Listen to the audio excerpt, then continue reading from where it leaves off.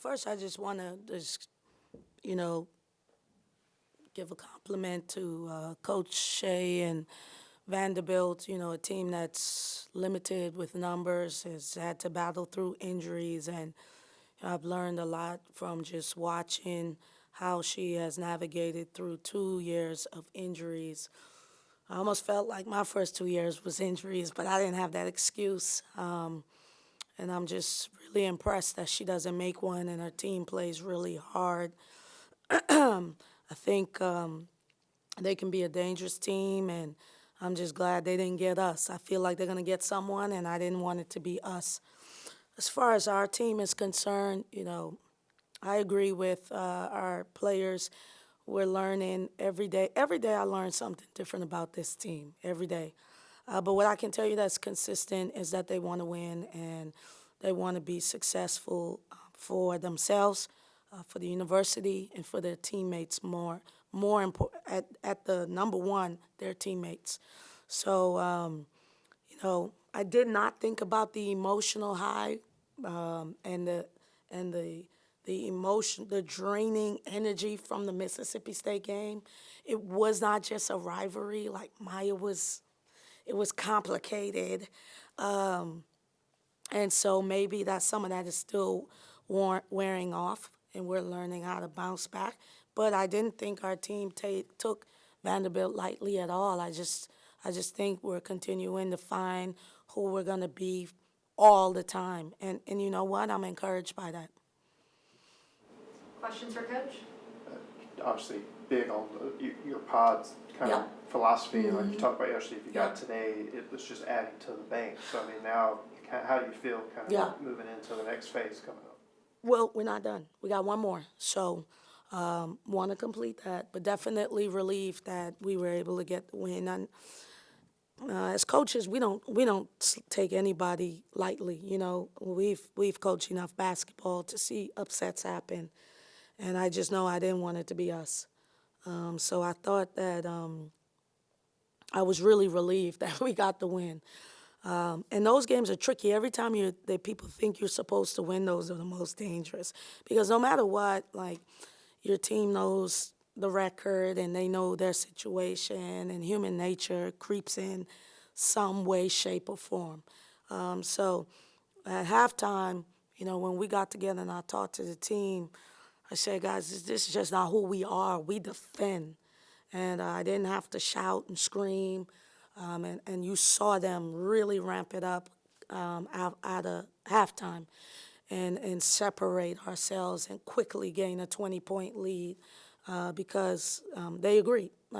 And that's what's cool. That's what I'm talking about, our growth. You know what I mean? Like, we're not there yet, and I don't know that I want to be. We just want to figure out ways to win every game. So I'm relieved, but we got one more. Don't try to speed me up. We got one more in the pot. You keep talking about didn't want to be that upset. When you say that, now you're the team that can maybe be upset. Yeah. Does that kind of hit you with how? You know what? Maybe if I think about it like that, I'm still looking as the hunter. We're not at the hunted situation yet. We're not even buying into that. We're a dangerous team because we're on the hunt. I've had teams that have been hunted, and that is another level of stress. I don't know that we're there yet. There's still unknowns, and there are opportunities in the unknowns, and that's what makes our team unique. People really can't figure it out. Is it going to be Angel? Is it going to be Maddie? Is it going to be Quee? Is it going to be Snudder? Who is it going to be? But, that is why I call us a super team, because it can be different people. But I love the fact that Angel and Maddie is stepping up like, no, you can count on us every night, because you have to be able to count. I don't like coaching that way. When you're scouting, it's tough because you don't know who's going to show up. But as a head coach, I need to know who's going to show up. So it's pretty cool watching them grow into who they're going to be in their roles. I guess you talked about it a little bit. Maddie, again, just like the Mississippi State game, she has that huge first half. I mean, what is it like for you to have a player that can just, like that, kind of turn it on? Yeah, I don't know that that's the case. I just think she's been playing well, and when when she does, I don't say a word to her. Maddie is very mature, and I think it's like her upbringing. She kind of like navigates through things herself, and we're just along to assist her and encourage her. She doesn't really need a lot of like coaching. Like you can end up over coaching a kid like Maddie, and she has made the decision that she wanted to be an impactful player for this team, and I knew it was going to happen because she was happy for us. We were winning, but she wasn't really playing well, and I could see the pain, because she's such an emotional player. Because not because she was not because she's selfish, because she wants to help. That's why she left Maryland and came to Oxford, Mississippi. You don't leave. You're a McDonald's All-American. You have all those schools, and you chose to come to Oxford. She wants it to be well worth it, and so that's what you're seeing, a maturation. And so we're careful not to overcoach her. We kind of like just let her do her thing. And then as far as Angel's concerned, you had an enormous second half at Mississippi State. And I've just been telling her she has to set the tone initially as well. I thought she was going to try to go for 30 tonight. I think she has a 30-point game in her, but they started to really focus on her, and they did a good job. And so she started to, move the ball around and help others out. Getting the consistency from them too now, it seems. Do you feel like that offense is turning the corner now? Well, we've been working on it a lot. As you can see, we shot the ball 50% from the three. We've been shooting till our arms are almost ready to fall off the last 2 days. And that's because defensively we're pretty sound. And so that allows us to be able to do things like just work on our offense, and really just shooting. And so we've been doing that, and it seems like it's paying off. I would have liked for us to score a little bit more around the basket. But I tell you what, Angel is she's so efficient. She doesn't take bad shots. Her IQ is through the roof. And Maddie is pretty efficient too. That's why we like her to look to score more, because she's usually in the 60s in her field goal percentage. So we're like, why not take more shots? It's not like you're going to miss a lot.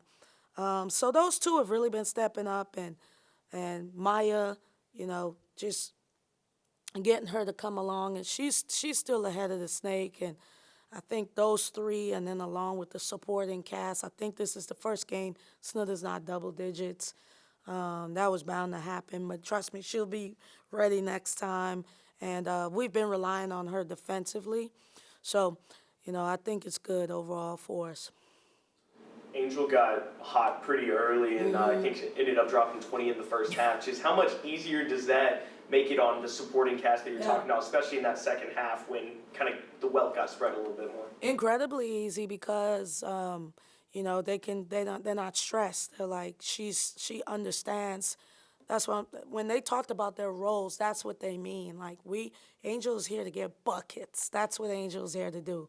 And she wants to be drafted, so she has to defend. But everybody, who doesn't like a score? And I'm going to keep saying that Angel is to us what Dame Lillard is to Portland, what Steph Curry is to Golden State. She is dynamic. And the things she does, we ain't teaching her that. That's just God-given. And we just help her and try to make sure her mental is where it needs to be. Has it been different for her? She did a lot of that off the bench last year. Now that's not the Well, case. I think a lot of people forget that Angel was at Wright State, where she was the quote-unquote man. You know what I mean? So she just took a step back last year. She's really like technical like that. Like, okay, this is Kira's here. Let me just do my part. But she had 20-point games last year. So Angel, that's all she's known to do. Now we're just saying, hey, they got you on the scouting report. They're going to be physical. They're going to be aggressive. You have to be ready to step up. And so she's doing it quite naturally, and she is an angel for us, I'll tell you that.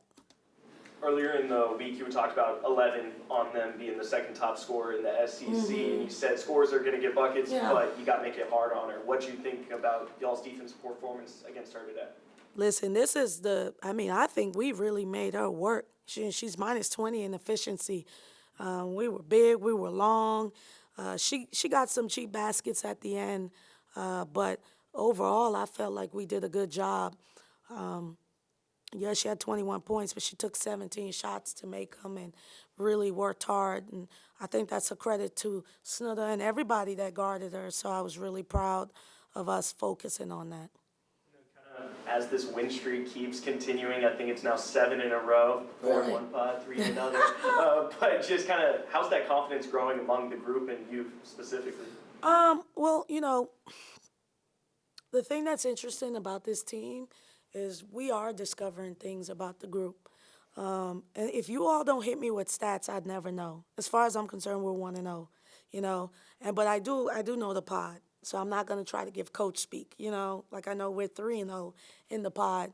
And that's what's cool about this group. We're figuring out who we're going to be. This is the time when, if you've watched my teams evolve, where you'll start to see our offense come along because I'm a defensive coach. So initially, I'm like not so on the defensive end. Now our team understands what's needed for them defensively, and so it frees us up to spend more time on the offensive end. Any other questions for Coach? Thanks.